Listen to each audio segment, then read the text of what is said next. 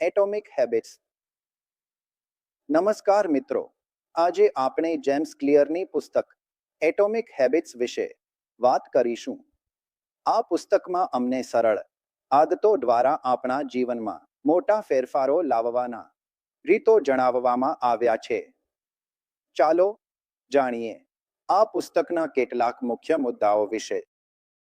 Segment 1, આદતોનું મહત્વ. James clear કહે છે કે આદતો આપણા જીવનના મૂળભૂત ભાગ હોય છે. સારી આદતો અમને આગળ વધારવામાં મદદ કરે છે, જ્યારે ખરાબ ટેવો આપણને રોકે છે. તેથી આપણી આદતોને સમજવી અને તેમાં સુધારો કરવો આપણા માટે ખૂબ જ મહત્વપૂર્ણ છે.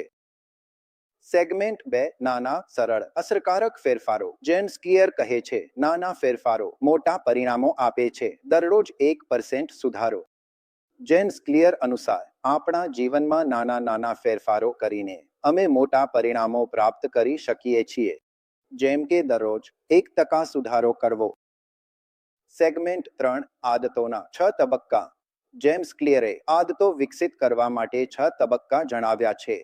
એક સંકેત, કેમ કોઈ વસ્તુનો સંકેત જે તમને આદત શરૂ કરવા માટે મજબૂર કરે છે. 2, ઈચ્છા, ક્રેવિંગ, તે આદત માટે તમારી ઈચ્છા. 3, પ્રતિસાદ, તમે તે ઈચ્છાને કેવી રીતે પૂર્ણ કરો છો.